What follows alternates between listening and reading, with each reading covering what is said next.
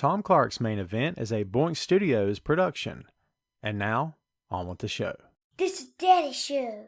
Step off.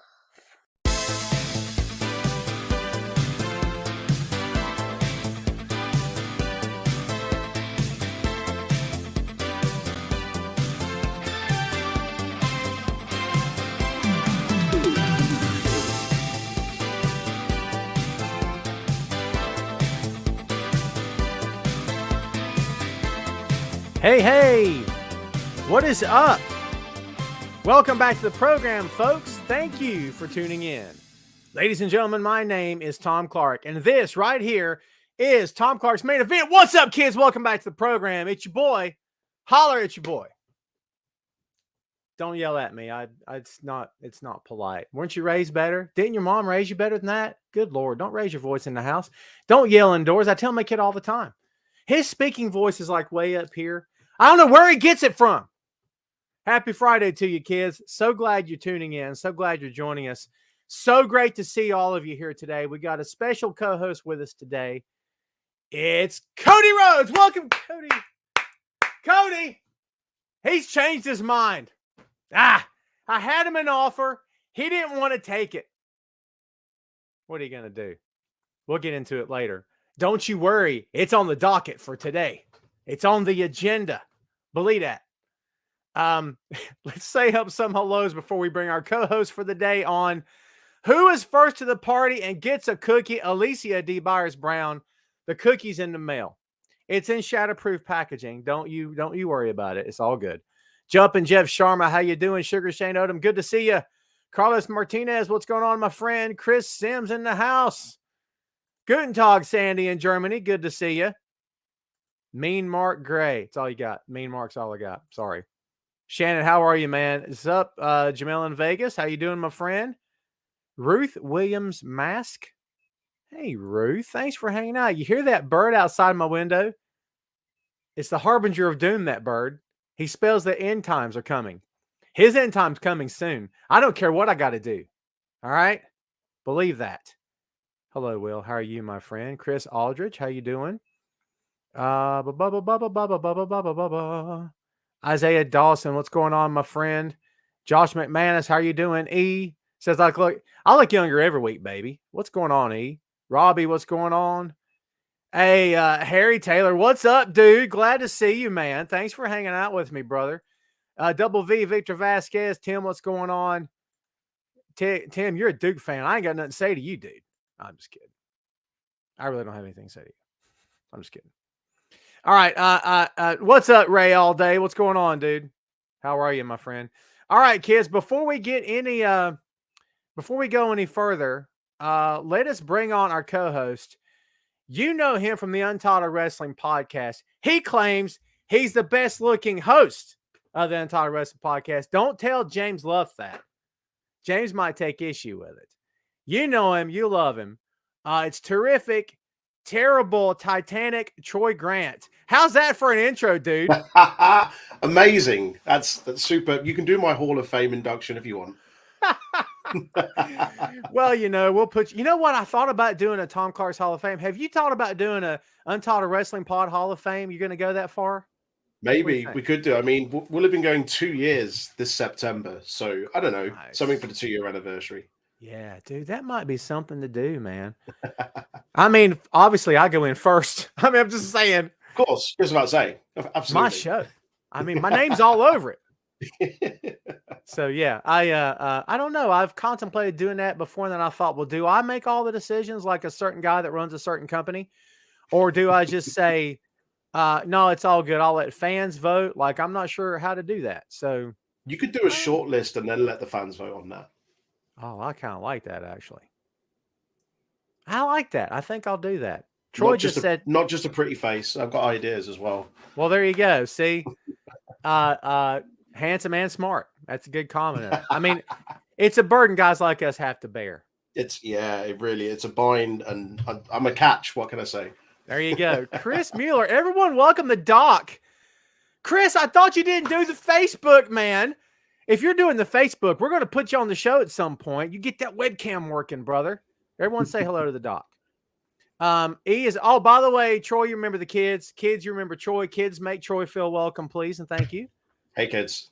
E is asking, what he says, welcome back. How is I don't know, how is life? How is life across the pond? I guess Sure. life across the pond. Life across the pond is good. The weather is still miserable and grey, so there's no real change there. Yeah, it's all good. I'm blessed. I can't complain. Hashtag blessed. We have beautiful sunshine. It was 84 here yesterday. Oh man. March. Early March. Which means next week snowstorm, and then week after flash flood warning. Yep. It's North Carolina. That's how we roll here. David Down Under, our friend in Australia. Thank you, my friend, for hanging out as always. Linda says raining in Cali. Linda talking about the heel turn for Edge. We'll get there. Tammy, how are you doing? Alma, how are you doing? I'm let's see. The doc says I don't do the Facebook. My account still exists. It's the first time I've been on in months. Well, Doc, you're back on for the good one, man. And please share the show. And Doc, if you've never checked out Entitled Wrestling Podcast, check it out, brother. Troy and James and company do great work. Thank you. Yeah, man, I appreciate you. Dude, before we get cracking, I want you to hype the interview with a certain, perhaps best technical wrestler in the game, and tell everybody how this interview came about, where they can find it. Oh man, we were extremely blessed to grab a quick short 20-minute interview before he hopped on a plane. More on that later. Hopped on a plane with the Ring of Honor World Champion Jonathan Gresham. A really, really nice guy, really giving with his short amount of time. He's a real busy man, traveling champion. And yeah, we're fortunate enough to get an interview with him. We met him at Progress, which is a promotion over here in the UK. He'd been doing a few matches with some big guys over here. And yeah, we just approached him about it. And he said, yeah, get back to me at some point. I'm kind of busy at the moment. And we saw him at the following show and said, yep, I remember you guys, we'll sort something out. And yeah, we managed to catch him just before he hopped on a flight. And yeah, just really nice guy, really giving with his time. Some really insightful stuff, talking about what it's like to be a traveling champion, how Terminus came about, and his kind of dreams and goals moving forward for this year and following. So yeah, give it a listen. It's 20 minutes of really well invested time. I listened to the whole thing. It was very well done. You and James knocked it out of the park. And a third of the way through, I thought they must be having a blast because John kept talking. Yeah. I've interviewed, it's a tale of two interviews. I did a Randy Orton interview, and Randy just kept talking. Mm. And I sat back and said, I'm fine with this. Just keep going. Yeah. And then I did Greg Valentine, and Greg would answer very shortly. Really? And then he would answer again.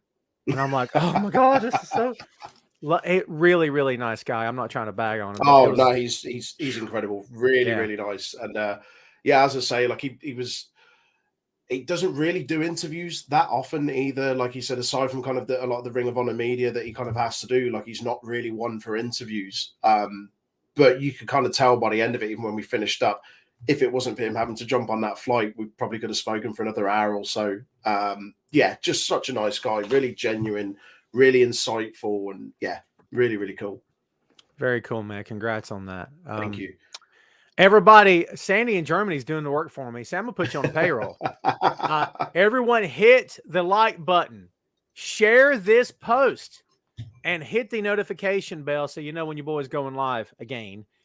You guys would be freaking awesome if you do that. Last week, you got us up to 60 likes on the show. So that's small potatoes to some guys, but it's pretty cool for us. It's so weird, Troy. I don't know how things have been for you pre-COVID versus now, but pre-COVID going live on Facebook, we were averaging 120 plus people every week. And now we're around 50, maybe at times. It's amazing. And it still hasn't rebounded. And I'm not doing anything any differently, but it's amazing how people's attention spans have completely diverted. Yeah, absolutely. We've noticed a similar thing kind of with ours. And it's just, I think people obviously having a lot of time on their hands and not leaving the house and, looking for those alternatives to kind of get a break and stuff to compare to now. But the fact that you're still kind of retaining and this, that, and the other is good. But I know what you mean. It's difficult to get back to that. Yeah. I don't think we're quite there yet. Ray's endorsing my merch. So, oh, let the good people know. Is your store open? Oh, I knew you were going to bring this up. Ah. It was meant to be the 1st of March, which I mentioned in the comments the other week when you had Ben and James on. Yeah. And I clicked like the go button, like the go live button with everything, and the only thing that's the stumbling block is essentially the whole kind of online shop. So it's as part of a website. So we've got a website, there's a news section, and this, that, and the other. But the only bit that's causing issues is the whole payment thing over the shop. I've been on the phone to PayPal and this, that, and the other, and trying to sort it out. And it's the last stumbling block, and it's frustrating because I've got everything on there ready to go. But soon, I'm at the mercy of PayPal and the powers that be. So fingers crossed. I feel that. Well, I'll definitely pick up a shirt when the thing goes live. Thank you. Everybody, welcome High Velocity Wrestling owner promoter Mr. Gary Benfield. We are planning our next event Saturday, June 18th. We've got the card fairly well booked, and no, we haven't released any details. Troy, I'll tell you off mic about some ideas we've had and get your take on it. But it's going to be a fun show. It'll be a fun show. Kids, let's get to this. Man, have we got a big show. This thing might last 3 days. We got a bunch of stuff to talk about. If you'd like to get some Tom Clark merch, I'm not going to show you the page. tinyurl.com/TomClarkPods, PODS. Please go check it out. As I always say, I'm not making a fortune off any of you. Okay. But you can get you some, just get the logo and spread it out there for me. I don't care if it's a magnet or a pin or a button. It doesn't matter to me. Just help me get the logos out there for the main event and the 6M podcast. Here we go, kids. Headline of the week. This thing pretty well trumps it all. Tony Khan has purchased Ring of Honor. Dude, first thoughts, first reaction when you heard this. I was surprised and I wasn't surprised. Like, there was rumblings for a while that there could be something. We didn't know in what capacity. I think a lot of us assumed it would be maybe like the tape library and the kickstart of kind of AEW and their kind of streaming service. But buying out the whole thing, oh boy, it's huge. It's awesome.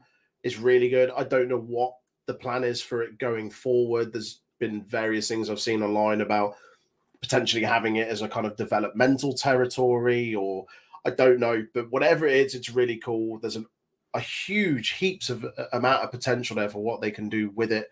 But yeah, I'm just excited. It's awesome, and not said it for a while, but it's kind of peaked again. It's an exciting time to be a wrestling fan, certainly with this happening and everything else. But yeah, this is awesome news, huge news. As you say, kind of the domineering piece of the week. Nothing's trumping this. Yeah, it's. I saw a tweet that said AEW now has 2 developmental territories, ROH and NXT. So I found that to be hilarious. Yeah, in my head, it's not just Tom saying this. Obviously, a lot of people are speculating this, right? But in my head, you give Rampage, you make Rampage AEW presents Ring of Honor, and Rampage is that show. You stretch it to 2 hours, maybe back it up to 9 o'clock, 9 to 11. Yeah. And that's what you do. That's just me, spitballing. It may not be as easy as that, but unless they do a third program, I mean, let's say that you were the one calling the shots. I mean, what would be your take if you were the guy doing this? Would you say, hey guys, let's try to work out a third deal? Do you work it out? Do you go back to TNT? Do you stay with TBS, or do you just do Rampage?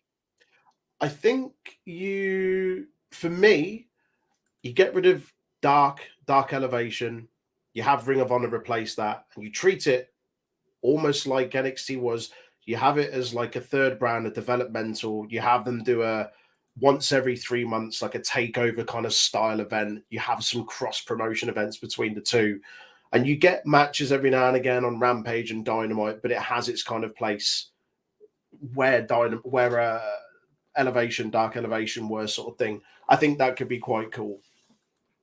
Yeah, I agree. There's so many options here, and the talent, a lot of the, whether no one's in a contract supposedly, right? But a lot of the former RH talent has been on Twitter applauding this and saying, awesome, So we'll see what happens. I mean, I was talking to a friend of mine last night, and I said, you know what?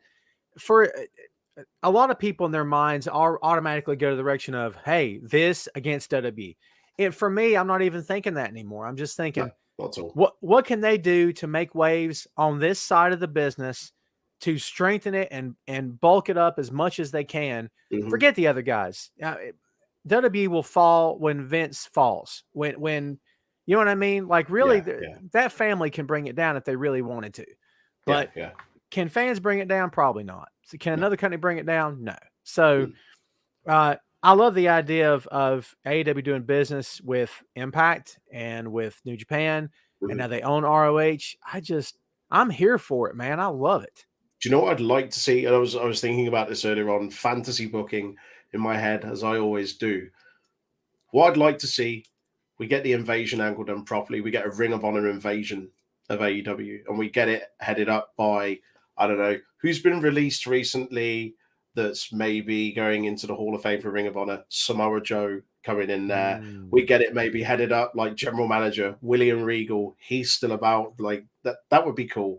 And we get like a little bit of a thing there, and it's like that kind of like little healthy competition, kind of like we saw when we got SmackDown, Raw, and NXT added to the Survivor Series a few years ago.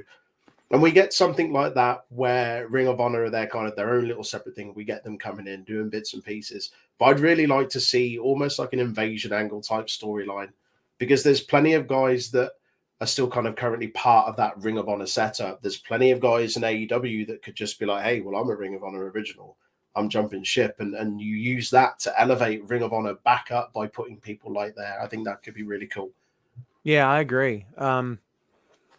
What a time to be a fan, man. There's so much stuff happening. Absolutely.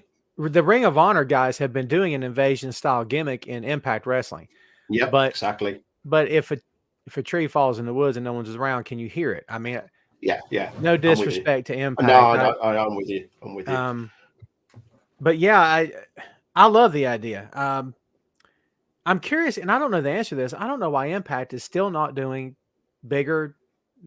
I guess they're doing what's more profitable for them, and I think it's time to start running house shows. Yeah, it's strange when you look at what they're doing. As you say, there's they've got Ring of Honor talent going in there. They've also got New Japan talent going in there as well.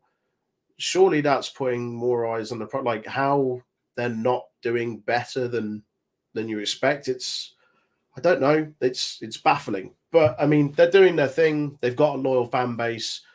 It's still decent to watch. Like every now and again, I won't watch the weekly stuff, but if there's one of the big pay-per-views coming up, Slammiversary, Sacrifice, I forget what some of the other ones are, but I'll tune in every now and again, and it's always fairly decent for the most part. Mm-hmm. So yeah, it is. It's a bit of a confusing one to kind of wonder why they're not doing as well as maybe you'd expect, given the connections and the ties that they have and the people that they're bringing in. Yeah. It's a little baffling. I made the Cody joke before you came on the air, and one of the rumors going around is that maybe Cody and Tony will start talking again, and Tony will just say, "Hey, man, you want to just book the Ring of Honor brand, the absolute latest, kids." And whether or not this is true or not, but it's getting reported all over. Well, not over the place, but it broke on Twitter last night. In fact, it broke during Phil and I were recording an episode of the 6M. We did Iron Man, the first Iron Man film. Nice. And so we'll see what happens. But it broke last night. Bodyslam.net is reporting the news that supposedly Cody Rhodes to WWE, the talks have fizzled out. Now, I'm not one of those guys who sits here and talks about, oh, well, I told you so. Because what do I know about Cody's wants and needs and desire? That's not my business. That's his. But my thing, Troy, from the jump has been, how in the world did anyone think this could turn out? They just hand Cody the keys to the kingdom when they never proved to begin with they cared about this kid. Mm-hmm. And not to rant, Troy, but they kept Dusty's name from his son. They kept it from him intentionally. Vince just had to push a button to get the Rhodes name back to him, and he would not do it. And Yeah. this is the guy you want to go work for? God, it gets me hot thinking about it. Do you Nah. think this rumor is legit? Does it make sense? What do you think? I feel like it's been, I don't know. I feel like it's been a work or not a work the whole way through. I don't honestly think that there was ever a chance of Cody going back to WWE. I think all of the kind of the discussions around him resigning, working about a contract, all of that sort of stuff, yeah, that's fine. And he's taking a break from it, maybe reevaluating what it is that he wants to do. I don't think him going to WWE was ever going to happen. As you say, like, you know, the boss there is the one that was keeping the name from him that he wanted to use. We saw how he was treated when he was there last time. And yes, whilst Cody may have kind of gone around the world literally in the last few years since leaving WWE and really made a name for himself and being part of the foundations of AEW, they're not going to bring him back and treat him to the same level that anywhere else has. Like, for me, like well, not for me, obviously for them, he hit that ceiling, and they're not going to bring him back into. No. Yeah, and we've had a lot of people throw conspiracy theories our way since this happened. Harry says, I never thought he was going to WWE. I honestly thought he was. I really thought he was.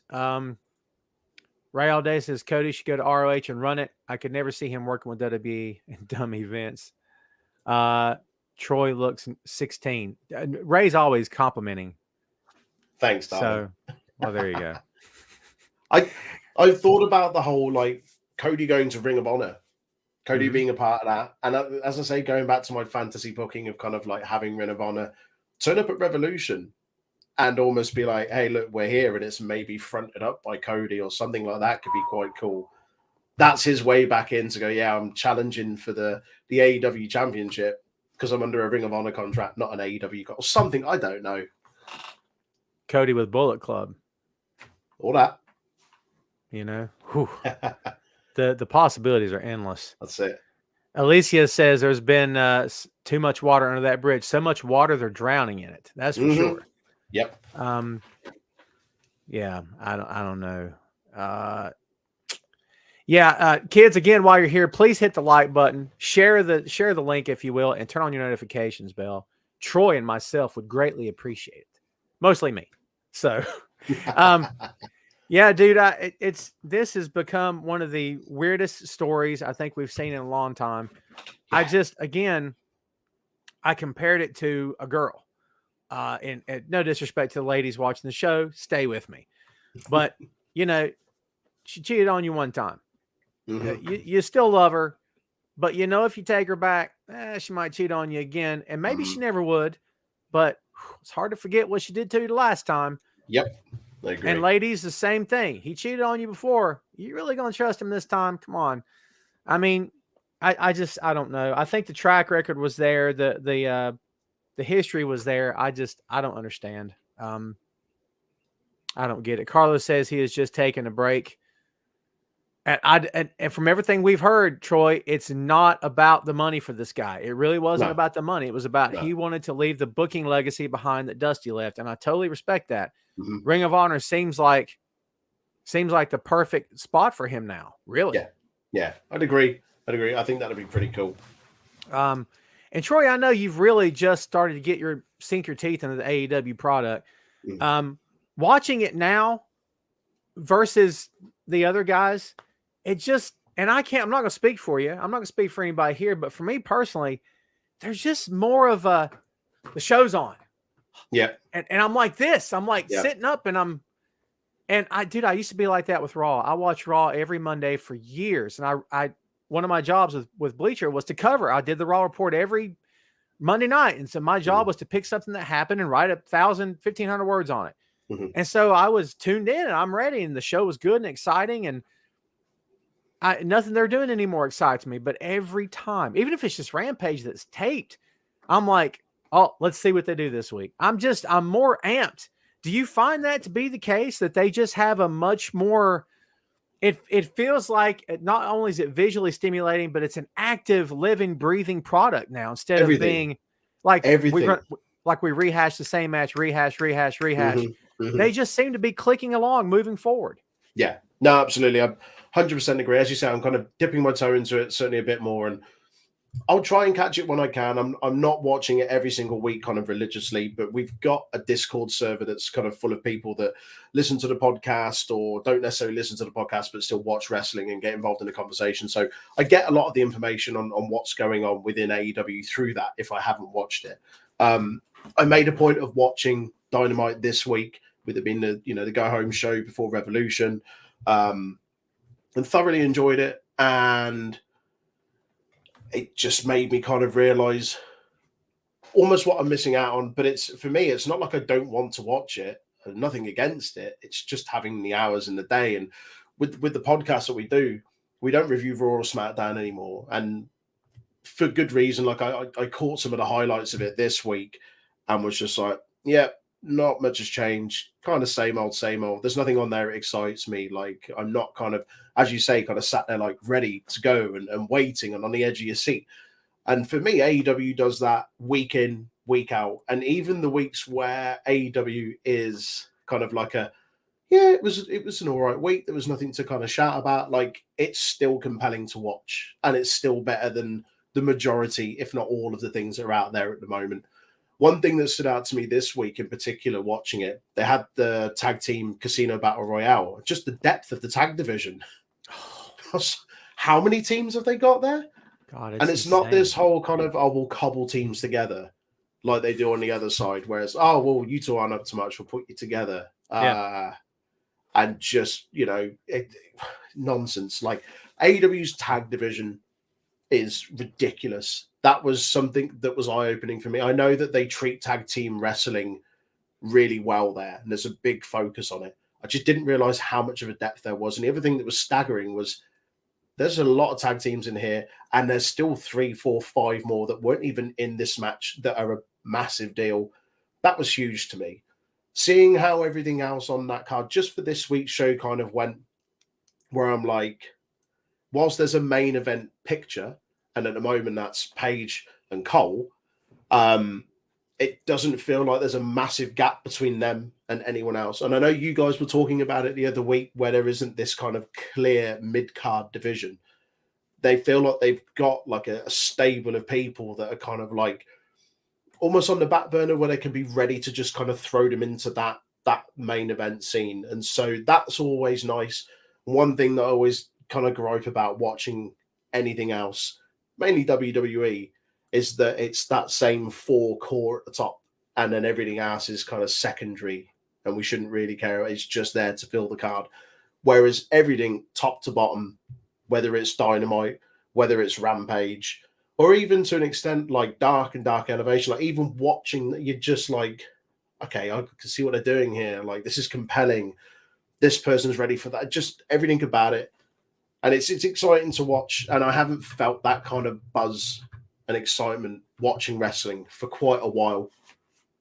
Same here. And you've ran all around the word that I use, and that's the bench. They have a quality bench. Yeah. And everything you just said explains it fully. I couldn't have said any better myself. It's a bench. It's not a locker room with guys who fill space and fill time. No. There's a bench. I mean, Orange Cassidy starting today, could realistically be elevated to the world title spot in a matter of 2 to 3 shows, and people would buy the pay-per-view. And it wouldn't feel like it came out of nowhere either. Right. It's not like hang on, we've run out of people to put, we'll kind of try and build this storyline around this guy and make him credible. Like, people wouldn't be surprised by that. He's already there as it is. All it needs, as you say, is 2-3 weeks of build. Yeah. That's it. Yeah. I mean, that's testament to how they, and everyone uses the phrase take care. Like they take care, you got to take care of this guy. And that they take care of their roster. And absolutely, if there's anyone that they've not took care of or left out or whatever, I just don't know who it is. I honestly don't know who it is. I mean, I don't think they've intentionally hurt anyone. I don't think they've intentionally tried to make anybody look or sound bad. I can't always say that about other companies. I'm like, no. You did that to him in his hometown? Why would you do that? That kind of thing. I just don't. Yeah. I don't feel that. Let's see. And the mad thing is, all this excitement, all of this around AEW at the moment, Kenny Omega's not even there. Right. Do you know what I mean? Like, that's mad. And the thing is, It I'm is. not like, for a good while, I was always like, I don't really get Kenny Omega. Like, I don't get the hype about Kenny Omega. Me too. Yeah. And that's not to sort of say that he's not a good wrestler or not one of the best. Like, I'm sure he is, and he's good at what, but for me, there wasn't anything that kind of clicked or I jumped onto. Like, I couldn't quite get on that hype train. However, I recognize how good he is and I recognize why people think that. So it's mad to think that AEW's been going for the last few months without him even being there. It's mad to think that he's not wrestled for months and he was top of the, what's it called? The thingy list the other week. Was it PWI, Wrestling Observer, Sports Illustrated, one of the lists, I can't remember. Yeah, but he you're right. He was top of that by quite a lot, and he hasn't wrestled for months, and the company is still like thriving, hitting these highs week in, week out, without someone that's universally recognized as one of the best professional wrestlers in the world. So that's a testament to just how well they're doing each week with the people that they've got there. I agree. I often it's a weird comparison, but Kid Rock. I'm not a Kid Rock fan. Me and you both. I've never cared for him. In my opinion, you can only use the "I'm from the trailer park" thing so often. I'm like, stop. I get it. God, trailer park, like a got broken it. record. I get it. Right. But I will say this: he's got DJ skills. He puts a live band behind him. His stage shows, from what I see online, are fun. He leaves it all on the stage. Sweat equity. He's killing it. He wants to give people their money's worth. People seem to respect him in the business. I can respect the fact that the guy puts the work in, but I'm not a fan, you know? Yeah. So that's kind of where I'm at with Omega and have been for years, is I respect what he can do. Am I waving the banner for him? Not really. And it's nothing personal. Exactly. He's an acquired taste. Yeah. Similarly, saying that, there has been a few matches where I've watched and gone, okay, I've enjoyed that, but I would, as you say, I'm not waving the banner. Yeah. Similarly, on like a music kind of thing, and there's probably going to be a lot of people that hate me for this. I don't like the Beatles. Never have. Like, and oh man. However, yes, I will not dispute what they did for music at all, and the influence that they had and continue to have on music. Right. For me, like it's not the sort of thing I listen to. I've heard songs here and there. Well, I've heard many songs. None of them have kind of jumped out to me. I've never been like, oh yeah, I love this song. I'm a Beatles fan, this, that, and the other. But I can't deny the monumental global impact that they have had and continue to have on the music industry. But then on the flip side, there's other bands that I really, really like. And a lot of other people go, oh no, I don't like them. How can you how can you like them? Well, it's, different types of music. I'm sure I could mention a lot of heavy metal bands, rock bands, like Judas Priest, Black Sabbath, and stuff like that. And people would be like, no, but you go, well, okay, it may not be for you, but you can't deny the influence that they've had on that scene. So, right. Man, I had such respect for you, Troy. I'm telling you. Such mad respect. I'm the biggest Beatles fan. Dude, my son's middle name is Lennon. Okay.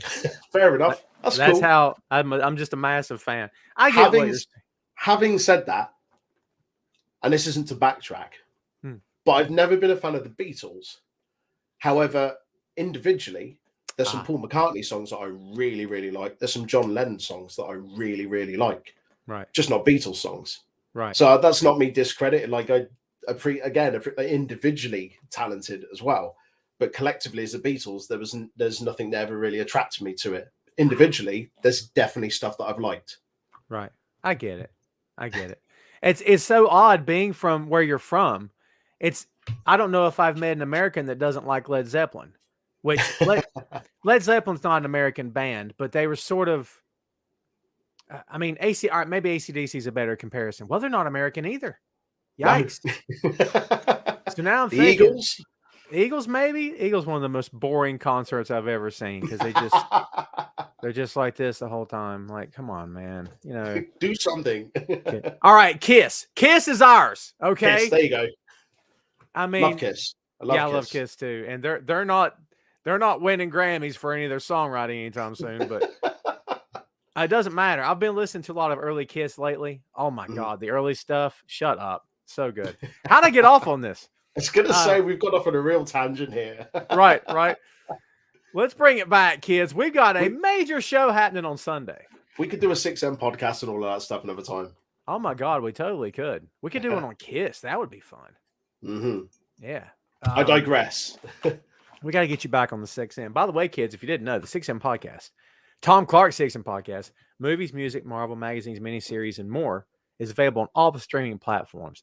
Troy's been a guest, co-host, and he can vouch for it. It's good times. Right, Troy? Good times. We still got to do Face Off. We still got to do Face Off. Still You gotta and me do and Face James. Off. We got to hook Come that on. up. I've intentionally not watched it since we talked about doing it. I want to keep it fresh. Good. Me too. Yeah. All right, let's talk about this big old card going to happen Sunday, not Saturday, because sacrifices happen Saturday. Sacrifice. As Steiner said it. Sacrifice. Sacrifice. That's Saturday. Sunday is AEW. So get ready for a big freaking weekend, kids. Sin Hook versus QT Marshall. I guess I have to say it that way. You've got to pronounce it properly. Put the emphasis on the right part. I know, right? Layla Hirsch versus Chris Statlander. Jade Cargill defending the AEW TBS Championship against Ty Conti. The AHFO. Andrade El Idolo, Matt Hardy, and Isaiah Cassidy versus Sammy Guevara, Sting, and Darby Allin. I'm here for that. Oh, my God. Jurassic Express, Jungle Boy and Luchasaurus versus Red Dragon versus the Young Bucks. 3-way tag match for AEW World Tag Team Championship. Mox versus Danielson. Oh, my God. Jericho versus Kingston. Keith Lee versus Orange Cassidy, Powerhouse Hobbs, Ricky Starks, Wardlow, and Christian Cage or Ethan Page for Face of the Future AEW TNT Championship match. For Face of the Revolution ladder match for a future AEW TNT Championship match. I'll get it out. It's to grab the big Sonic ring. Sonic the Hedgehog gold ring. Right. And we'll talk in a minute about who could possibly show up to grab that sucker and pull it down. Oh, boy. Thunder Rosa pursues the AEW Women's World Championship held by the one and only Dr. Britt Baker. And everyone better have done it. So CM Punk versus MJF and Hangman Adam Page defending the AEW World Championship against Adam Cole. There's your card, kids. Good night. So see you later. what match on this card is there one, or are you just looking forward to the show? Is there one that's really grabbing you, or are you just ready to watch it? Yes, all. Good It's answer. a stacked card. It is top to bottom, absolutely stacked. I think there's just purely from the build, the dog collar match, Punk and MJF. Yes, is a big match. Face of the Revolution match. There's always the intrigue as to who's going to show up. The tag team match, 3-way tag match, always going to be fun, especially with the Bucks involved. Everything. The women's match, AW Women's Championship. Like, I feel like it's Thunder Rosa's time. I think it could go that way. It's just top to bottom. It's on Jericho and Kingston, like just everything, absolutely everything. Yeah, I'm with you. It's hard for me to pick anything, but to be fair, that's most of their shows for me personally. Is I try to enjoy the whole thing, and they book a lot of stuff that I really get into. There's never a dud on. There's never a match where very, very rarely, where you look at a card for one of their pay-per-views and go, okay, well, that's time to go to the toilet. It's time to go and put a pizza in the oven or something like that. Like, you want to stay there the whole time and not draw your focus from anything else, top to bottom, every single time. Right. See, Gary said he's seen this a couple of times. A poster this morning pushing the Good Brothers versus the Briscoes. Is Khan behind this? If there's been some signings going on behind the scenes, I don't know, because I think the Briscoes right now are not signed to anybody, unless I'm wrong. I saw a poster for that too. Yeah. And I can't remember what it was for, like what event it was for, but I saw that poster as well. I don't remember what it was in regards to. But as you say, like in terms of where they're signed, how that works, I don't know. I know they called out Tony Khan on Twitter and just said like, "Great one on like purchasing it, like well done, like that's good shiz. Now book us or like or when's our match or something to that effect." Yeah, because they wanted FTR for a long time. What's Yeah. this? Someone asked in the chat about FTR retiring. I haven't heard anything like this. Have you? I've not heard that. This is new news. Yeah, I didn't know anything I like haven't that. heard this honestly. at all. Not at all. I mean, it would, yeah, it's baffling. I've not heard that. That would come as a huge shock. Victor in the comments, that was what I saw on the multiverse of matches, April the 1st, Impact Wrestling, which is apparently where the Good Brothers versus Them Boys is happening. Oh, there you Multiverse of matches. go. Dax Harwood announces that FTR has retired. When was this? Surprise announcement after this week's AEW Dynamite. Recently announced that FTR have retired from the wrestling business following this week's AEW Dynamite. It should be noted the announcement was in jest. It's a joke, kids. It's a rib. Yeah. The internet lied? Really? That's never happened to me before. I know. Perish the thought. I didn't see that coming. So yeah, I'm looking forward to everything on the show. As you noted about Punk and MJF, I said on Twitter the other night that I think this will go down as one of the all-time great pro wrestling angles, not just AEW. 100%. You could run this. You could run this in any company and get it over. And dude, when Punk came out Wednesday and said, "I just can't shake the feeling I'm getting gaslit a little bit here," and he said, "I don't doubt anything that MJF said, but I doubt, other things." And when MJF hugged him and Punk had that look like, what do I do? Yeah. Oh my God. It's so man, good. that was incredible. I'd seen on social media like that had happened. I saw some of the stills from it. Obviously it doesn't give you the same sort of gravitas like watching it and saw it earlier on and just so well put together. And as I said earlier, I haven't been watching AEW solidly, religiously, like many other people have.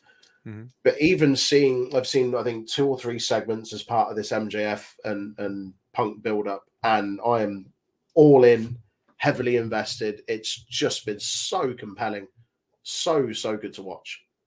I agree. It's so much fun. And I think there's so much stuff. Usually can say this match will steal the show. I can say that 1, 2, 3, 4, 5, 6. I swear to God, I can say that 8 matches. Yeah. Out of 10. Easily. Out of 10. I could say 8 matches. Oh my God, dude. I think I'm trying to think of what I'm most excited for on there. It's so hard to pick one. As I say, I think Punk and MJF is just from the storytelling point of view, there's so much intrigue, and so that's how it's going to end up.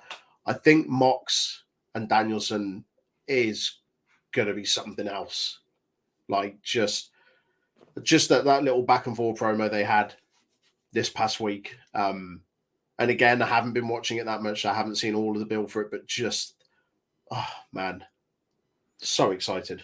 So Mox's thing has been, before I, work with a man, I got to bleed with a man. Right. So that's been his thing.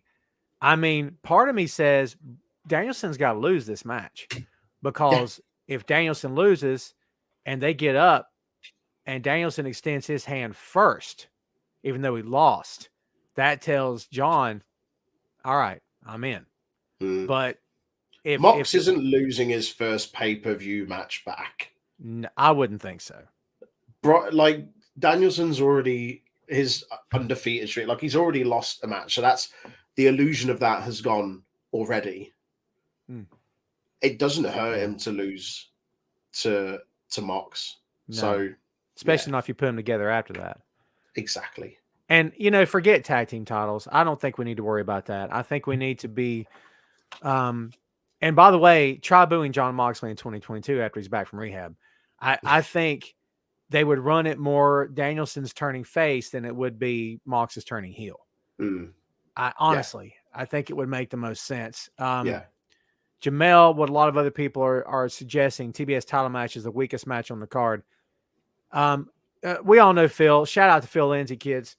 By the way, check out Grapsity on Saturdays, kids, on the YouTube. It's an excellent podcast. I'll vouch for Phil all day long. He's good. He's a good guy. Yeah. Phil is good people. Yes. Phil is a Jade Cargill fan, and that's fine. And he understands and respects that she's still working on her craft, but she's come a long way. I don't want to spend too much time on this, but I don't like to discount people that are on my TV because, back in the day when everyone was ripping on John Cena from top to bottom, at some point I said, you know what, enough of this. He's what they want. So instead of ripping and saying they should get him off TV because he sucks, I'm thinking he's their guy. So I'm not going to go there with her. It's obvious they have enough faith in her to pull off big matches, or they're trying. But do you personally see, I mean, from a little bit of her, she's awkward. I've always said, define a good pro wrestler. And in my view, it's not the moves. It's not even the holds. It's not even, and the word psychology, Troy, is used so much. It's nauseating how much the word is overused. What I watch is, what do they do in between the moves? Yep. That's in between, you see? Yeah. I'm scouting the women's division for HVW, and I've been watching some tape, as they say, and I've seen things that I'm like, okay, but what is she doing in between? What's the body language? And what are they animated? Are they into it? Are they just, I have to walk from here to here? And I see a lot of, I have to walk from here to here. And I don't think she's grasped that yet. I don't think she knows, here's what I do in the meantime. What's your take on Jade? She's still learning, but everyone's still learning. No one in AEW is sat there going, I've learned all I can. That's fair. Everyone's learning, except Sting. Except Sting. But, like, with any craft, with any job, you're always learning. In life, you're always learning. Some people pick it up quicker than others. But as you say, they clearly see something in her. She's got a fantastic look.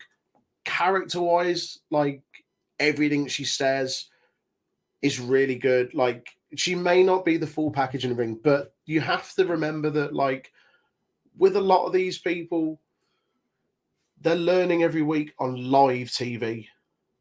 And that's got to be tough. Like, coming out and just being on live TV and cutting a promo is difficult enough. Coming out and wrestling and trying to do it convincingly and trying to prove that you deserve to be where the company are putting you, that's a massive amount of pressure. I don't think she's doing a terrible job.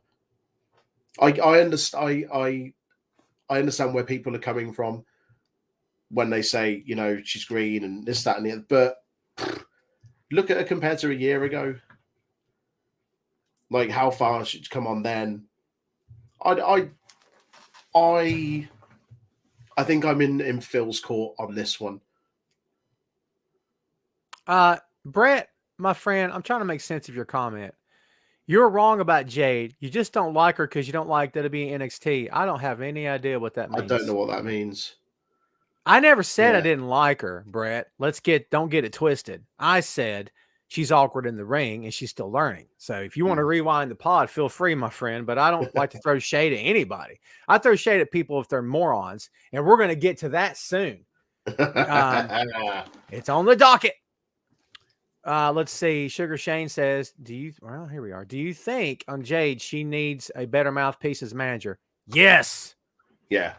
Mark Sterling's doing what he can do. I don't know that he's very effective. So that point, who do you put her with then as a manager?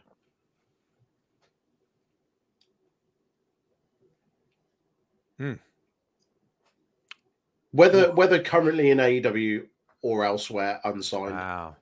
Yikes. That's a good one. I'm trying to stick with who they have so I can make an easy transition. I'm thinking of it as a booker and not a fan. If I had to choose someone outside... Yeah, you go first. If I had to choose someone outside AEW, and I'm saying that as someone that doesn't watch it all the time, if I had to choose someone outside, I'd say someone like Malcolm Bivens. I was thinking Malcolm. Malcolm Bivens or Stokely Hathaway, as he was previously. I think that'd be a really good fit. I know it's cliche, but Paul Heyman, like a real mouth. Like you could put Paul. Well, I say with anyone. I mean, there were people he was put with, and it didn't quite work for whatever reason. But you could put him with anyone. But yeah, I think Malcolm Bivens outside of AEW would be a really good fit. Inside of AEW, I don't know. As I say, like in terms of kind of mouthpieces, management, manager kind of figures, I'm not too familiar with, so it'd be difficult for me to say. Or do you put her as part of a faction rather than having a manager? Do you build a faction around her? Like they did with Mandy Rose, yeah, on NXT. And I was going to say something, and it's going to get some laughs from the peanut gallery, but I say at some point, turn her face and put her with Dark Order. I don't care how it sounds. Dude, if you want to change people's impressions of her, you turn her face and make her entertaining. And if she's got a sense of humor, she'll grow on people much faster than this. I'm the baddest bee on the block, and I'm printing money. I mean, you put her backstage with Silver and Reynolds, and they're riffing with her. I don't know. Maybe that's too much of a WWE concept, is to make her goofy. And I'm not trying to make her goofy, but do you put with Andrade? Andrade. Oh, you know what? That's not a bad shout. I like that as well. Does she need a mouthpiece? Not necessarily. But saying that, and this is going to what a lot of other people are saying, where they don't think she's good enough in the ring yet. If she was good enough in the ring, I'd say you don't need a mouthpiece. You just let your actions do the words. But her actions aren't not up to scratch. I don't mean to sound harsh. No. But she's not at the point yet where she could carry herself, where she doesn't need a mouthpiece. I think she needs someone there for the short term, at least. For the package, for the total package. Yeah. Until they put her in the Dark Order, and then it's fine. Yeah. It'll probably never happen. I'm a major Reynolds and Silver fan. I just can't help it. I just think they're so fun. I mean, kids, it's going to be a good card. I'm looking forward to it. I can't wait to see. Baker and Thunder Rosa are going to freaking kill it. Punk and MJF are going to do.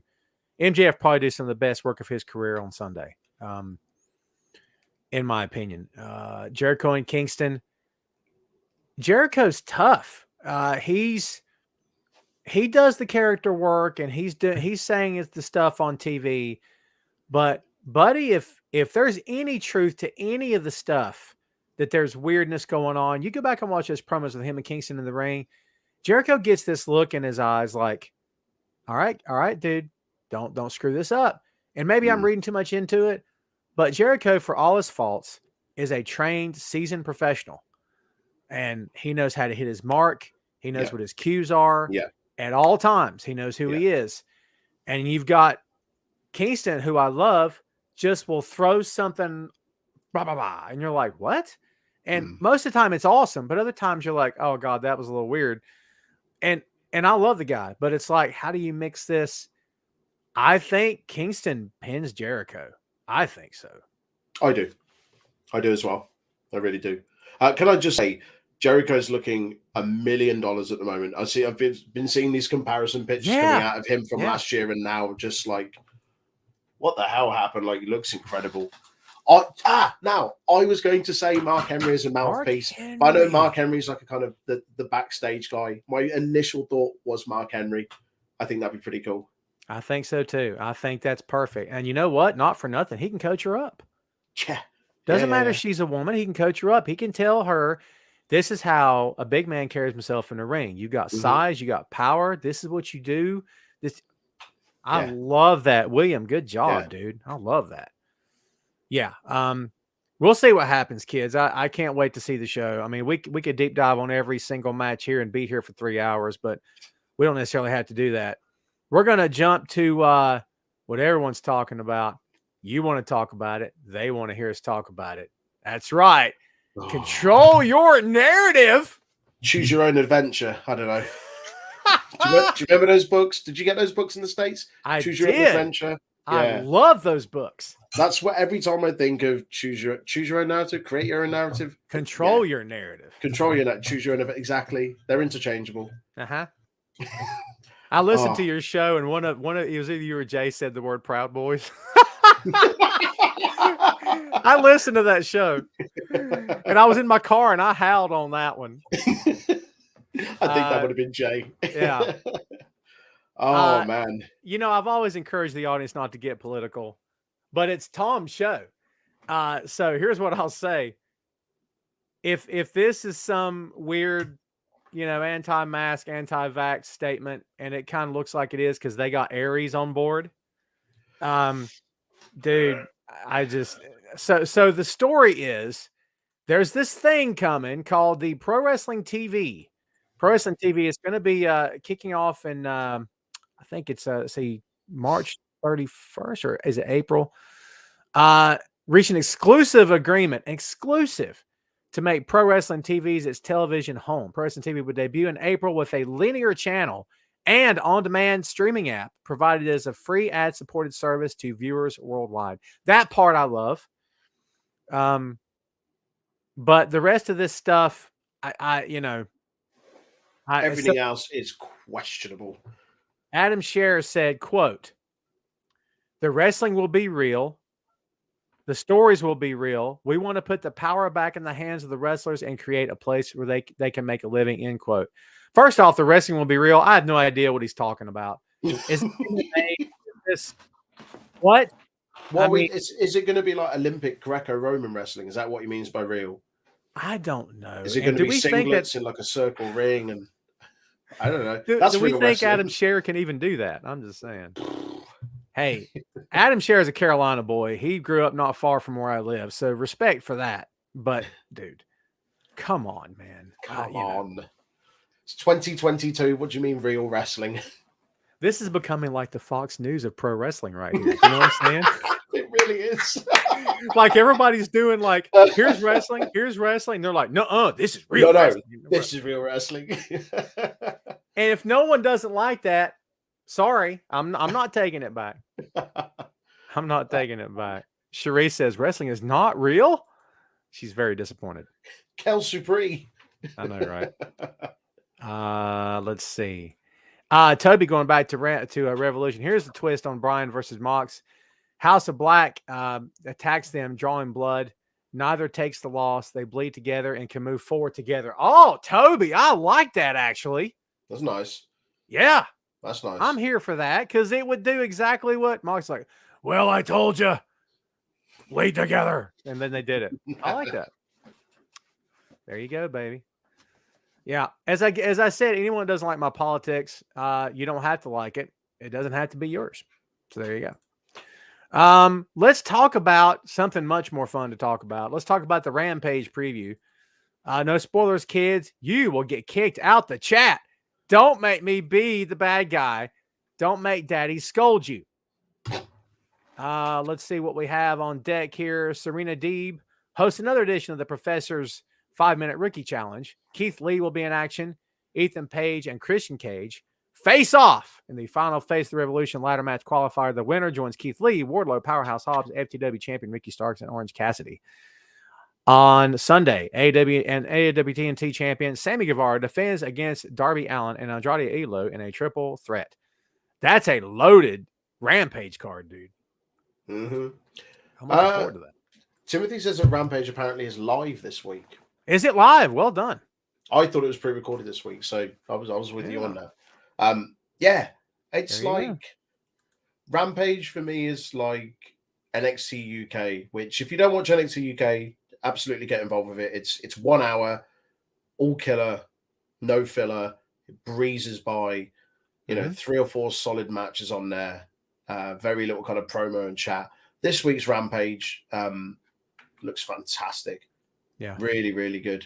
Excited for everything on there, especially the Face of the Revolution, like the next kind of qualifying bit from that. We also didn't touch on that when we talked about the preview for Revolution about who we think is that potential surprise. I don't know if I you got want to him on. discuss that now or I got him on deck down the you card. have. Okay. Who I think it might be. Okay. Who I think it might be. So I'm just saying. We'll see if it's him. So real quick, Impact Wrestling Sacrifice. I've been accused of not caring about Impact. You're right. However, I don't wish them ill will, and I hope they continue to flourish, and I hope they get bigger and better. I hope that for all these companies. So let's talk just a second about Sacrifice. We'll go over the card here real quick. God, a big card. Rich Swann and Willie Mack versus Honor No More, Matt Taven and Mike Bennett. He's Matt Taven. Lady Frost versus Giselle Shaw. In the singles match, Alex Shelley versus Jay White. Are you kidding me? I'm here for the Switchblade, baby. Yeah. That's going to be a good match. Oh, yeah.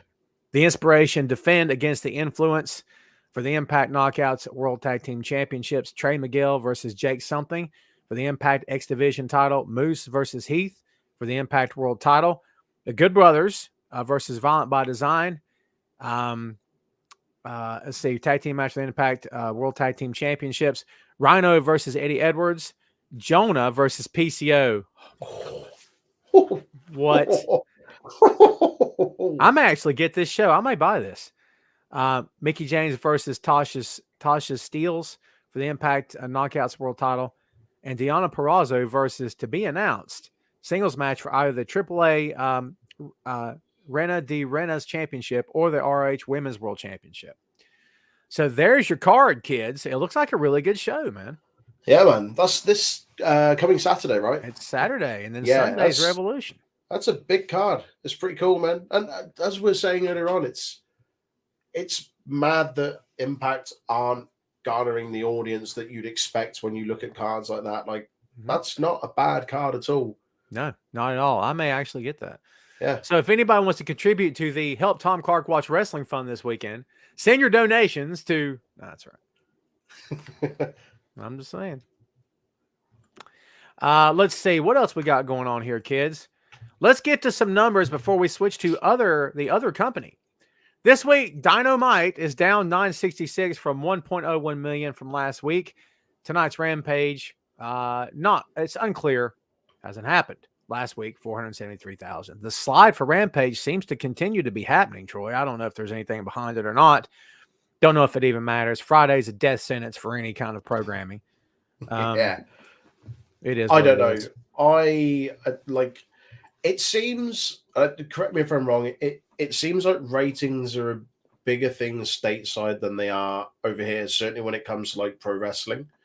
And also, I don't know what the system that's used to kind of rate like the amount of viewers, like the viewership.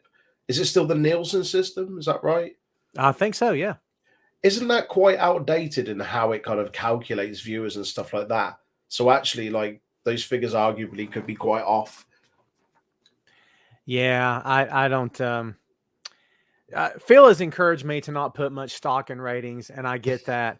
I mean, he doesn't, because he doesn't sweat it, and I don't really sweat it, but I do think it's interesting, and I've said... Absolutely, yeah. I've pleaded my case to Phil many times that, like, I'm with you, and I agree with everything you're saying. However, if 12 months from now, AEW is still at 1 million or under, I in my head, that's an issue. Like, at some point, you go to 1.5 million, and maybe it takes a year, but I mean, wouldn't you expect to see progression? I'm not saying they blow the doors off Vince, but I'm saying a progression. No, but you should be seeing, I think, if we're going to get into it, you should be seeing a natural rise in stuff. Certainly given all the buzz around AEW. You speak to any wrestling fan. If I bump into like a wrestling fan in a bar or a pub, more often than not, the first thing they mention is, do you watch AEW? Not, do you watch WWE?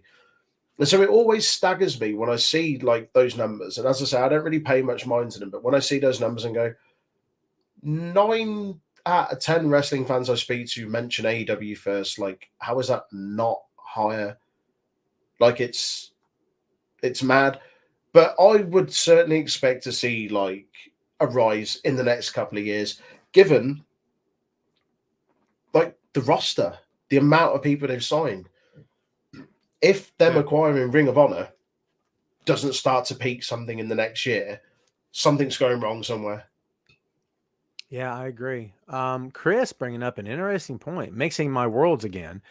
It might drop again in viewership because the Batman premieres this weekend. Good call, Chris. That's actually a really good call. It's a shout. Yeah. Could be. So yeah, let's talk about this. Whew, man. The Vince McMahon interview. Yikes. See, I've only watched the first half an hour of that. I was seeing a few clips and stuff on Twitter. Haven't watched it all the way through. We'll be watching the rest of it after this. But I've heard some snippets. I've heard some hot takes from it. I mean, WWE diehard fans who worship everything they do say this humanizes Vince. I completely disagree. I don't think this humanizes him at all. I think this gives us the same Vince we've seen for 40 years. I just don't.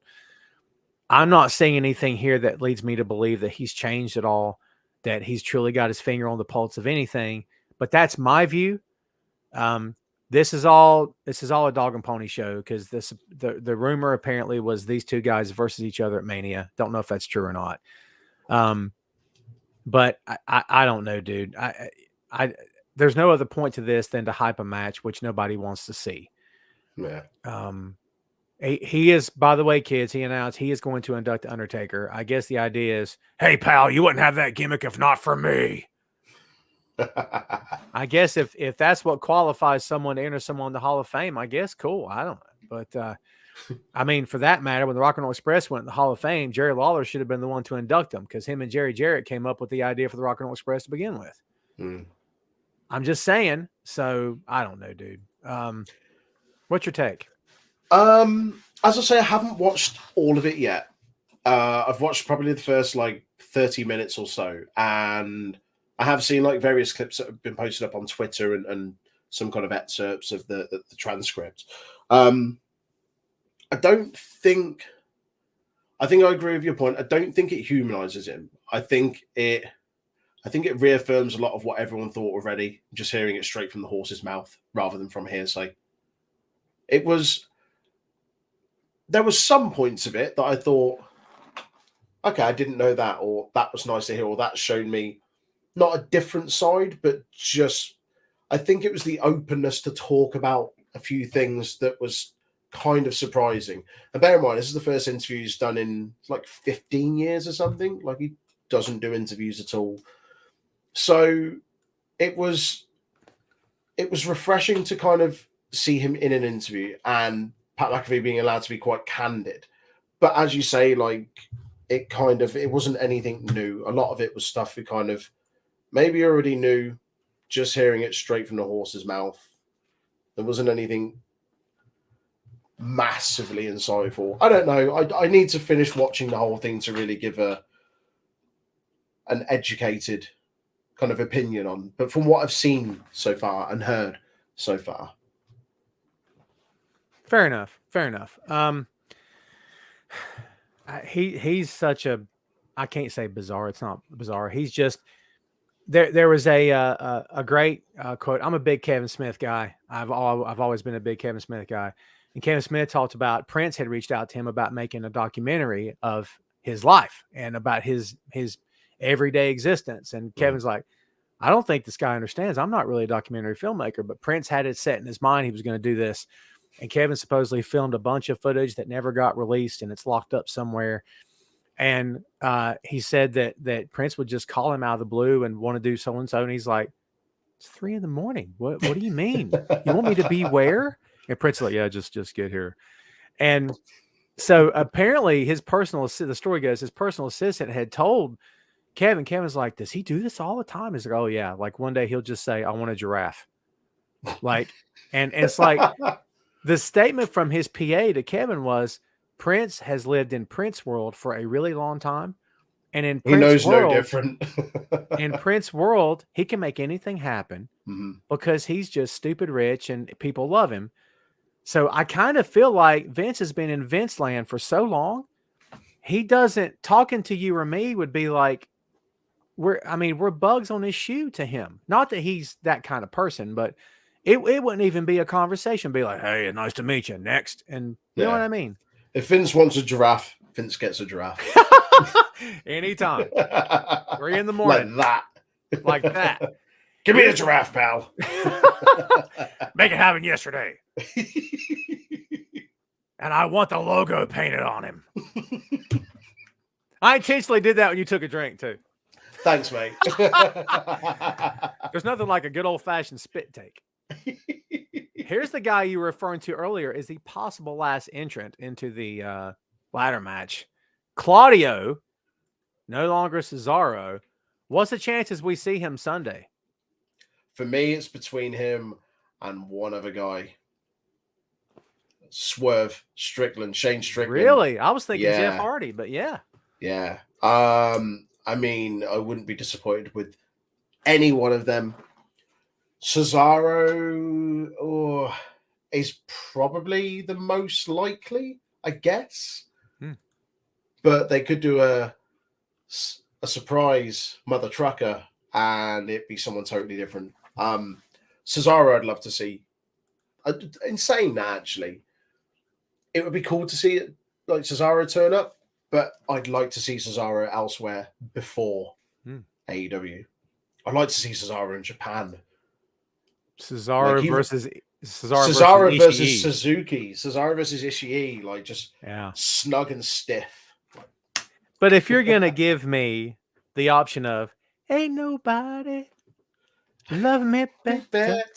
Are you kidding me? He said he's not using that anymore, though.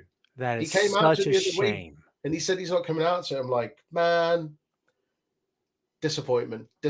In honor of that, we put it on our news episode. We have our news episode that goes out on like a streaming service where you can play like licensed music. Yeah. And we played that. So, just come out to that all the time. We saw him at a Progress show, again, the promotion over here a couple of weeks ago, and he didn't come out to it. I was a little bit disappointed inside. Ray All Day says you like Shaka. Who doesn't like Shaka Khan? Who doesn't like Shaka Khan? I feel for you. Are you kidding me? That song was fire when that thing came out. But yeah, Cesaro being free agent, it's exciting, man. I mean, Eddie Kingston's already been calling him out on Twitter, hasn't he?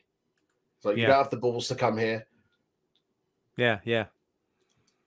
Super Card of Honor, some folks are talking about. That's going to be fun. I can't wait. Yeah, Shane. Yeah. He's also on, again, keep going back to Progress, but that's the biggest promotion over here, kind of biggest independent promotion. He's on their 3-day tournament called Super Strong Style 16. It's the first entrant in there. So I'm in the States, right? We've got all these big major league promotions that tour the world, and I'm jealous of the fact that you have Progress. Like, oh man, give us Progress. We want all of it. You know what I mean? Mate, we've had Jonathan Gresham for the last like 3 Progress shows just rock up and defend the Ring of Honor Championship. Awesome. We had like Shane Strickland last time round. It's huge. We had the last one. There's a guy called Cara Noir that wrestles over here, and he's fantastic. His whole gimmick is like the Black Swan, this really big theatrical like entrance. If you haven't seen it, just Google Cara Noir entrance. It's so good. The end of his last match, Ilya Dragunov, NXT UK champion, came out and confronted him. Nice. It's huge, man. So yeah, Progress is fun. You get a lot of really good names there. That's somewhere else I'd like to see Cesaro rock up. Let's come back to Europe. Just do a couple of Progress shows. WXW, which is the big promotion in Germany. That'd be really, really cool, man. Yeah. Yeah, I gotta look that up for sure. Yeah, dude, I love when other shows gain traction. And is OTT still going, by the way? I believe so. OTT is the Irish promotion. Yeah. I think Jordan Devlin was in it. Yeah, I'm sure OTT is still going. Man, I love watching some of their old clips. I don't know. There's just something about the energy of that little crowd. It's just so good. Oh, yeah. Couple things before we open the floor and then take it home. WWE Network, who is usually pro a certain type of voting segment of people, has cut ties with Russia for a plethora of reasons, I'm sure, but most of all is that Russia is terrorizing a smaller country that cannot properly defend itself. So again, we don't need to get political, but it's Tom's show, so I don't care. But this was the right move. We don't have to spend any time on this, but this is the least they could do. I don't know. As a pro wrestling entertainment company, what else can they do? I mean, this is it. But I think it's the right move. They could have not done anything, so at least this is nothing if not good PR for them. It's a show of kind of solidarity, isn't it? There's been numerous organizations the world over that have kind of cut ties with Russia, even before this, for various kind of reasons. I know there was the whole thing in the Olympics recently, and I think it was a big thing over the doping scandal and stuff like that. So they weren't allowed to compete as Russia. They were I can't remember what they were. It's like the Olympic Committee of Russia or something to that effect. But yeah, it's as I say, it's kind of a show of solidarity, isn't it? I know UEFA and FIFA, the soccer sort of governing bodies over here, have also said like they're not playing in this tournament. They won't be allowed to play here. They won't be allowed to do this. So yeah, makes sense, I guess. E with a great comment, but WWE still does business with Saudi Arabia. Yeah, there is good comment. Good comment, E. Here's one of everyone's favorite part of the program: stupid online comments. Because stupid online comments get a certain button. You know it. You love it. Hot garbage. Every time. Yeah. The former Nia Jax and the former Kane, who evidently can't keep their stupid mouths and opinions to themselves. I usually don't get like that, but I am sick of anti-mask nonsense. I am sick of people politicizing an illness. I'm sick of it. I have kept my cool. It's over. I'm tired of it. I mean, she had the nerve to come out and say what she said. Shame on her. Quote, all these MFs saying, quote, I stand with Ukraine, end quote, couldn't even stand for their own personal rights for 2 years because they were scared to breathe. Get in the bin. That's not a hot take. That's an idiotic take. Yeah. So I don't care. I always say I don't make things personal, and I'm not now. Again, she may be a quality human being. That's a ridiculous, stupid take. People are dying. You have a lot of cojones, as they say, to go live with that nonsense. Minerals. Ridiculous. They're just, and then Glenn Jacobs, I'm not calling him Kane anymore. Call him who he is. Coming out and saying the crap that he said. I know I'm through with this. You know what I mean? It's ridiculous. Anyway, we don't have to spend any time on that, but I felt like I needed to address it because I'm sick of it. Hot garbage. That's one more. For those in the back that may not have heard it. In case you didn't hear it. So, yeah. Let's hit some numbers, kids, and then we will actually first let's talk about SmackDown. SmackDown preview. So, I'm sure, and honestly, I can't believe I haven't looked this up yet. It's the one thing I didn't have queued up. I was too busy pressing the button. Let's see. Do you watch either Raw or SmackDown consistently at all, or are you just catching highlights at this point? Just catching highlights at this point. Yeah. Yeah. I have an idea of what's going on. I just don't spend my hard-earned time every week watching it top to tail. Let's see. Ronda Rousey competes on SmackDown for the first time against Sonya Deville. Sami Zayn set to defend Intercontinental title against Ricochet. The Viking Raiders look for Elimination Chamber payback and tag team title match. And Ronda with that look that says, look how mean I am. Look. It just look at my furious face. Yeah. The rage always looks forced to me. You know what I mean? Yeah. Yeah. Like I don't know. It's weird. Let's see here. Let's see here now, boy. Numbers this week, Raw 1.75, down just a scoosh from last week's 1.8. NXT 551. Let's see. And I lost the last week. Last week was, I forget what it was. Doesn't matter. SmackDown this tonight. Who knows? SmackDown last week was 2.1. There's sort of all your ratings, kids. I put the show together in a mad fury this morning. Folks, that's all the news fit to print. Let's open the floor and prepare for Jay's comment about Adam Cole. Excuse me, not Jay, but Ray. Excuse me. You guys are very similar. I'm just saying. Ray all day. Jumping Jeff says, I watch every week still. Don't judge me. Jeff, if you get something out of it, go with God, brother. It's totally fine. And in fact, I applaud anyone that can watch it and get something out of it. And I don't say that condescendingly. Mm. I can't personally will myself to, I can't get into it anymore with that company. And the thing is, it's a variety show, isn't it? That's what wrestling. It's a variety show. Like, not everything is going to appeal to everyone. Right. There's always going to be something. There's always going to be some pleasure or some up or some positive you can take from it. Mm-hmm. That's fine. Like, watch what you want, listen to what you want. Like, it's all right. It's fine. Yeah. No one's judging you. It's fine. Yeah, it's all subjective. It's perfectly fine. You're watching Choose Your Own Adventure or whatever it is, and then that's something else. Oh, you're going to be judged then. Because I'm not buying that T-shirt. You'll also be judged if your last name is Jacob's first name Glenn and you're the mayor of Knoxville. Or if you're a wrestler formerly known as Nia Jax. I'll get off it now. Toby says, Troy, are you a Toni Storm fan? And where would you like to see her go next? Me and Toni Storm. Nah. She flipped me off. I met her. I met her when I was in Texas for the Rumble a couple of years ago. Uh-huh. She was in a bar that we were drinking at, like really quiet little bar in like downtown Houston. Really excited. I was really excited to see everyone. Everyone, we were shaking hands, stuff like that. And she's just nothing, like just moody as anything. I was just like, I'm a really big fan of yours. Like, you're cool. Like, it's awesome you're here. And it's just nothing. Got a group picture of everyone's smiling, and she's just sat like oh, wow. Well, okay, there goes that. However, that's not to say that I don't like her as a wrestler. Right. And I do. And I think she's great. I was disappointed that she went from WWE, whatever those reasons may be. I'd like to see her in Impact. I'd really like to see her in Impact.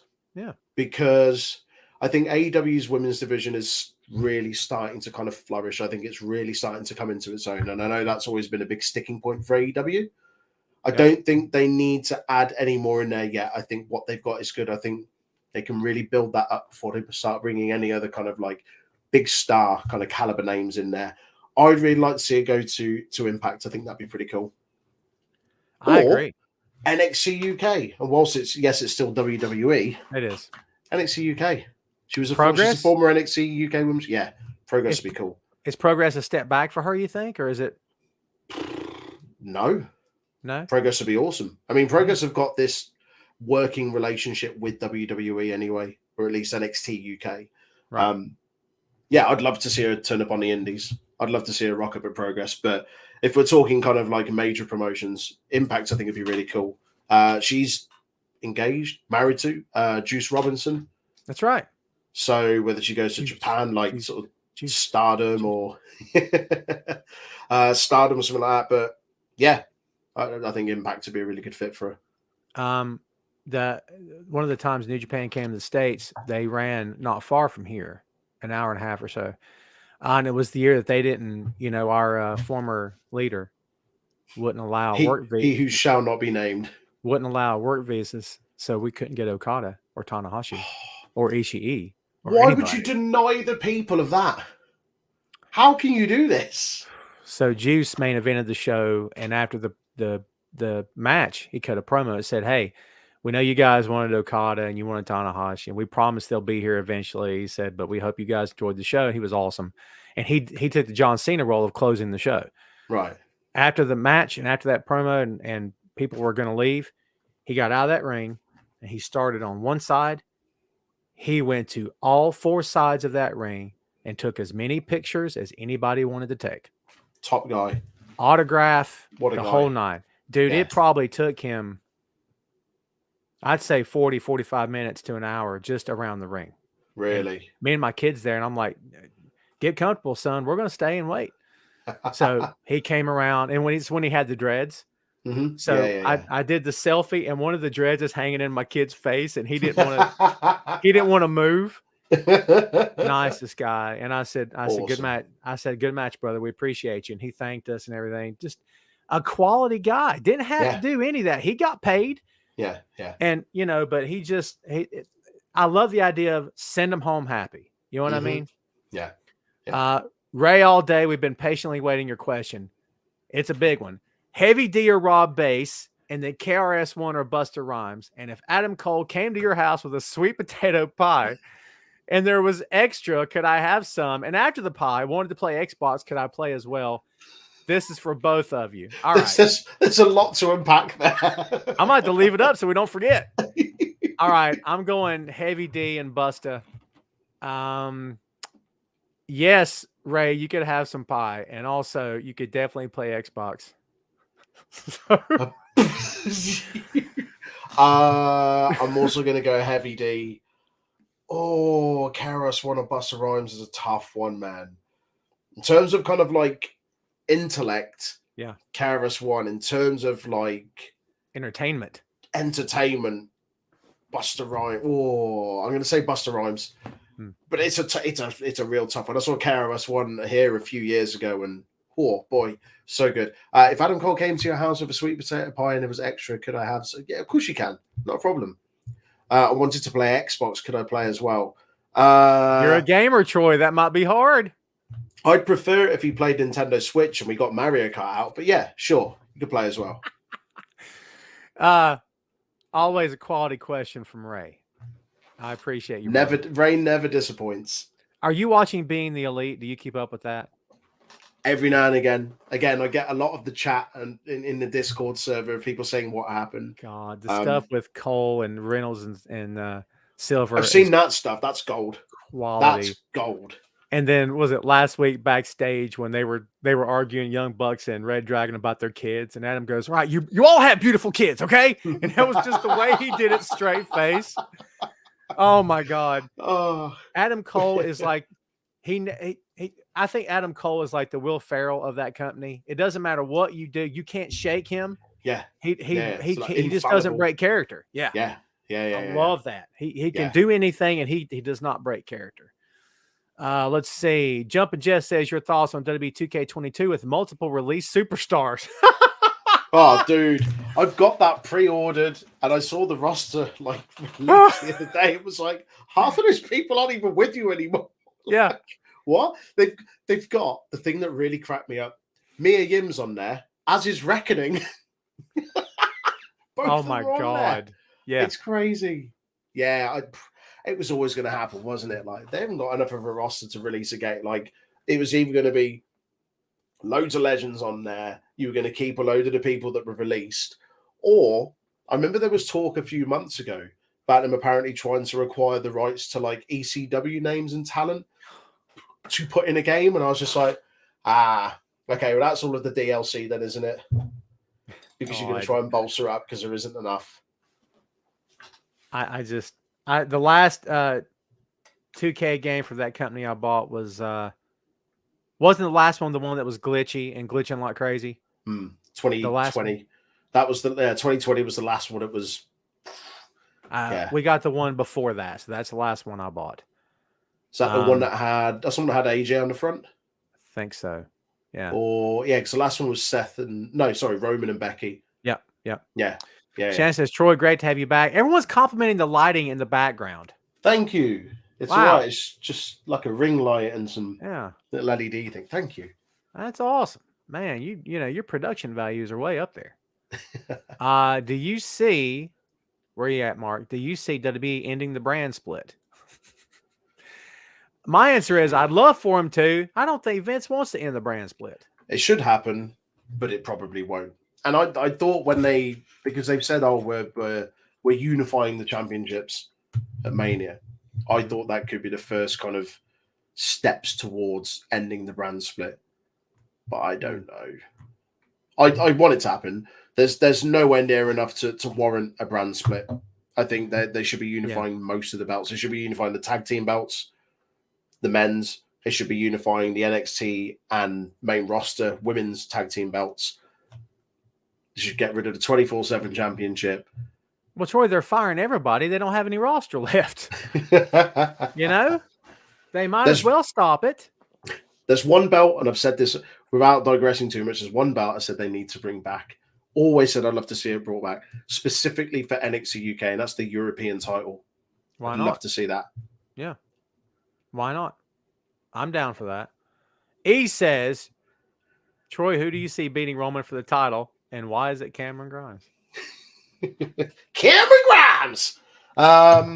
Wait for it. You can kiss my grit.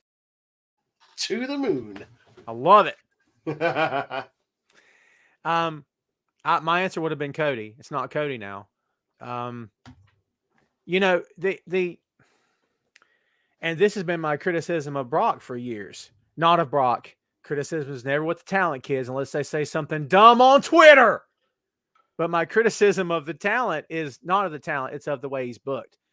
When you book someone as undefeatable and invincible, who then defeats him and beats him? That's the problem. And it's, remember when they were trying to push Shawn as a face against a heel Brett, and it was a hard go, and they were involving Brett's wife, and you know, Shawn delivered that line, "Do not flatter yourself."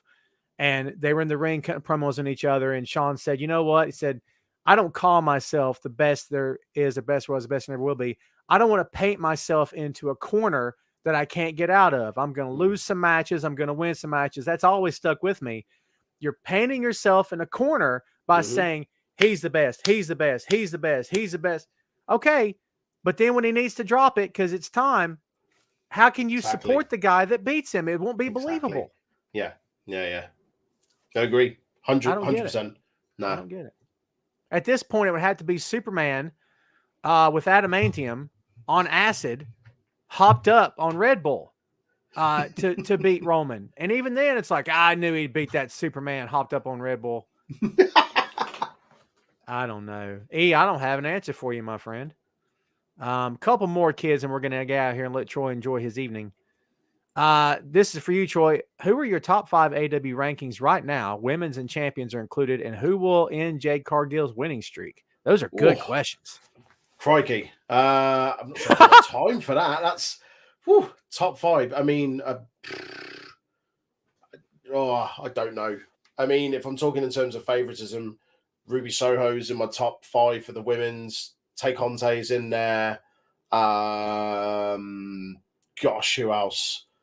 I can't think of anyone off the top of my head. Certainly Tay Conte, Ruby Soho, Thunder Rosa, of course, definitely in there. Probably my number 1. Britt Baker. And then in terms of the men's division, Bryan Danielson, Malachi Black. I absolutely love Malachi Black. He's always going to be up there for me. Penta, Phoenix, and who else? Singles guy. I don't know. Let me think. Off the top, have I said Mox? I'll put Mox in there. And what's the last bit? Who do you think will end Jade Cargill's winning streak? Oh, I think Athena, the former Ember Moon, is going to sign at some point for AEW, and she will end the streak. I'm with that. I feel that. And I think wrestling her is good for Jade. Yeah.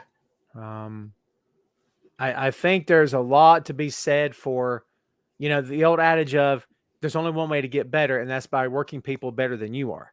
Because you listen, you pay attention, you pick up things, and you learn. And I think she needs that. You know, talking earlier about her specifically, a lot of AEW's talent are still allowed to work other promotions.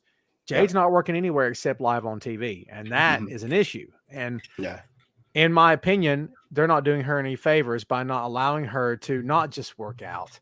She claims she doesn't even work out in the ring. That's what she says, that all of her stuff is live on TV. And I'm like, I know. I'm just saying, everyone, producer of the show, great friend, Nathan Workman, Nate Dogg is in the house. Nate Dogg. Nate, you're so late. Nate is late. Come on, man. I was going to call him the Dark Nate, but he's late, so he don't get a catchy nickname. The late Nate. The late Nate. Nate the late. I'm here all evening. Tip your waitress. All right, one more. We got to make it good. Jamie, I'm not putting that comment up about the Braun Strowman, dude. We've already covered that and had a good giggle. We had a really good giggle. So, yeah, I'm going to leave that, you know, Make America Great Again promotion off my freaking feed. All right, Tim, because you are a loyal fan, my friend. God versus FTR, or God versus them boys. Yes or no, Troy? Yes or no to what? Like, am I meant to choose one, or is it a yes or no? Do I agree to both of those being good matches? I agree to both of those being very good matches. If I had to choose one between the two, or God versus them boys, the Briscoes, I think. Just Entertainment factor. And I love FTR, but they Yeah, both same. teams bring a different vibe. Exactly. Nate come back with 16 in the clip and 1 in the hole, Tom. So there you go. Oh my God. He's always great for a comeback. I should be so smart to always have an intelligent quip in the holster. I don't have time for Hall of Fame predictions. Taker goes in on his own. No one else. Taker? Oh, well, why not? They haven't announced anybody else, right? Make it all about Taker. Let everyone that's worked him, not everyone, but people that he's made their careers, they meant something to him. That was what I was going to say. He didn't get that full retirement thing like he did at Survivor Series. He had the people come out, but it was in the Thunderdome. We maybe get some of those people come out. Each person does a little 20-minute thing. Yeah. And that takes up 2 hours. Yeah. Consider it like a lifetime achievement award, which is kind of what it is. Exactly. I think I'm okay with that. Yeah, same. I think I'm okay with that. We did talk about Cole versus Page. All right, here's how we'll end it. Okay. Which Adam is holding the gold at the end of the show Sunday? Cowboy Adam. Oh, really? Yeah. I think I'm with that. Yeah. MJF's going to take it off him. Yeah, I think I agree with that too. Cole's time will come. I agree. And man, bad time to rant, but like they signed so many really, really good talented guys who could be world champion now that the issue is they only have the one world title. So you can't make everybody world champion right now. So when they don't get it, people are like, oh, this AEW is ridiculous. And I'm like, you can't just put the title on anyone that walks in. If they did that, they would be guilty of what everyone thinks they're guilty of. And that's catering to former WWE talent. That's not what they're doing. So they built their hometown hero, and that's the guy with the belt. So let him keep it. However, there's potentially a second world title coming into the company. Touche. I feel that. Interesting. Would this start to feel like an Impact and Global? Remember with the great bit, the belt started here and went up to here. And it's like, hey, you have to Google Magnum TA North American Championship. Okay.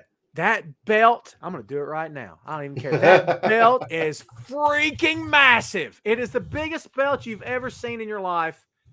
Biggest belt I've ever seen. This thing, dude, are you kidding me? Wait till you get a load of this belt. It is insane. I'd have to spelt it right, wouldn't it? There we go. What on earth? I know, right? Look at the size of that thing. Wow. It looks like the what was the Lucha Underground belt? It looks like the old Lucha Underground belt. Is that the one I'm thinking of?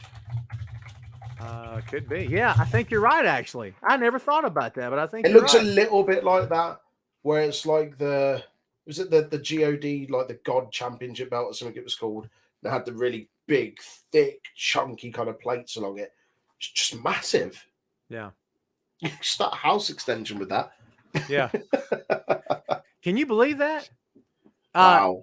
Kids, whoever's still here, we're going to share this screen because this thing is extreme. A beast. Yeah, it's a beast. Here we go. Share. I love this option. This is so cool. Let's see here now, boy. Boom. Boom. Look at the size of that thing. My God in heaven. I mean, that thing is freaking massive. Look at it. It's like the size of his torso. I know, right? Oh, I don't know what's bigger, the belt or his tash. Right? How much do you know about the old school American wrestling, dude? Are you dialed into some of it or no? Very, very, very little. So Magnum was going to be the guy to take the belt from Flair. He was he was the appointed one. He was the next guy. Magnum had charisma. He could work. Women loved him. He had a great look, really good shape, trained by the best. And Jim Crockett took one look at him and said, yes.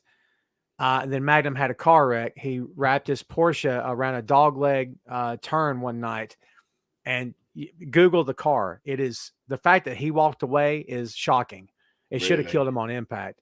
It severed his vertebrae, a couple of vertebrae. He never wrestled again. And it's one of those things where there's a movie here waiting to be made at some point. Yeah. Dude, he was everyone, and Rick would tell you the next move was to drop it to Magnum because he was the next guy. Really? And dude, Magnum had what Vince wanted with Hogan. Like Magnum had the good looks and the charisma, but Magnum could work. Mm-hmm. And I mean, I think if Magnum had never got hurt, he'd be WWE Hall of Fame and multi-time WWE World Champion. That's just yeah, dude. It's a fascinating story. If you ever get a chance, look it up. But maybe that's an episode of a podcast at some time. Yes, yeah, we'd have to get a cram on him, and we'll cover it. Kids, before we get out of here, we are going to allow. And Nathan, with a great point, we wrap it up. Magnum TA is the ultimate what if in wrestling. I 100% agree. Okay. Yeah. It's trust me, we couldn't oversell this to you enough, Troy. Trust me when I tell you that. All right, kids. Thanks everybody for watching. Before we get out of here, Troy, plug your stuff, my friend. Tell everybody where they can find you. Thank you. You can find me on the Untitled Wrestling Podcast. If you search your streaming podcast of choice, you'll find us on there under Untitled Wrestling Podcast. We're also on Facebook, Instagram, and YouTube at Untitled Wrestling Podcast. We've just started a new series on YouTube, which is really, really fun. It's free to watch along. It's the best free matches on YouTube to watch along. You see the match on the screen, us on the side, our live reactions to it. We release them every Tuesday and every Thursday. So that's a new one on our YouTube channel. And if you're into your gaming, we're on Twitch at Untitled Rest Pod, and we play games every Saturday with an open invite. If you want to join in, just drop us a message. I love that new show. You know me, I'm all about doing new stuff. That's awesome. Dude, we'll get you on one, man. Like, we've got a long list of matches where we've just like free to watch, put them on there. We'll get you on. It's cool. We record a few, we upload them. It's a lot of fun. Dude, I'm in for that. That sounds great. Awesome. Troy, thank you, my friend. I appreciate you very much. Thank you. I really appreciate that. Cheers, man. Yes, sir. Don't go anywhere. So Troy Anthony Grant, kids, there you have it. We love Troy to death. And again, go pursue and go follow and go subscribe to the Untitled Wrestling Podcast. You'll be glad you did. Those guys are doing the Lord's work over there, so we appreciate them very much. Kids, that's all we got for you. We're going to get out of here. Everybody enjoy your weekend. We'll be back next week with another edition, brand new edition. Same Tom time, maybe it'll be a Tom time. Same Tom channel. I'm nothing if not, wishy-washy on the time sometimes, but it's all good. We'll be back next week, kids. Everybody enjoy yourselves this weekend. Watch some wrestling. Stay safe out there. Treat each other well. Yes, we'll see you soon. See you next time. Tom Clark's Main Event.